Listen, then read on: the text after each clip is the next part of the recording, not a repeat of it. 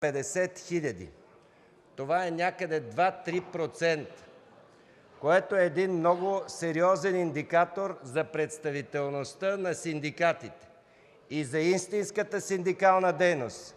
Не за дейността на синдикалната аристокрация, участието и в Здравната каса, в Националния осигурителен институт и във всички хубави трапези, които се организират по европейска линия.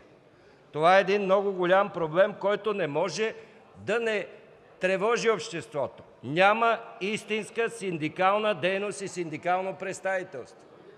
Така че сега ще подкрепим да стане 50 хиляди. Ако поискат другия път и 30 хиляди, ще стане. Ще има такива представителства и съответните облаги от тях, но те не представляват истинските синдикални интереси на работещите в България. Те се изнесоха от частния бизнес.